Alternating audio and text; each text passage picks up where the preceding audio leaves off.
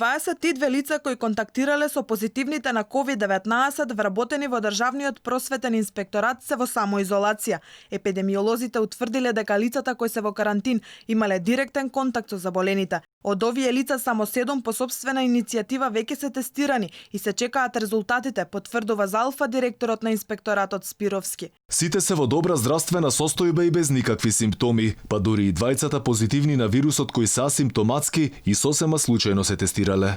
Државниот просветен инспекторат е сместен во зградата на Нова Македонија, каде што се наоѓаат повеќе институции и министерства. Заменичката министерка за информатичко општество Невенка Стаменковска-Стојковски стравува дека бројот на заразени ќе биде уште поголем, бидејќи лицата позитивни на вирусот доаѓале на работа и делеле простори со многу повеќе. Таа обвинува дека не се почитуваат ниту мерките, ниту протоколите во институциите. Вината ја гледа во министерот Дамјан Манчевски, затоа што условите за работа на администрацијата, вели, не биле според протоколите. Но морам да нагласам дека овие две лица кои што се позитивни доаѓале на работа секој ден и го користеле лифтот за да стигнат до своето работно место, бидејќи се наоѓаат на најгорните спратови.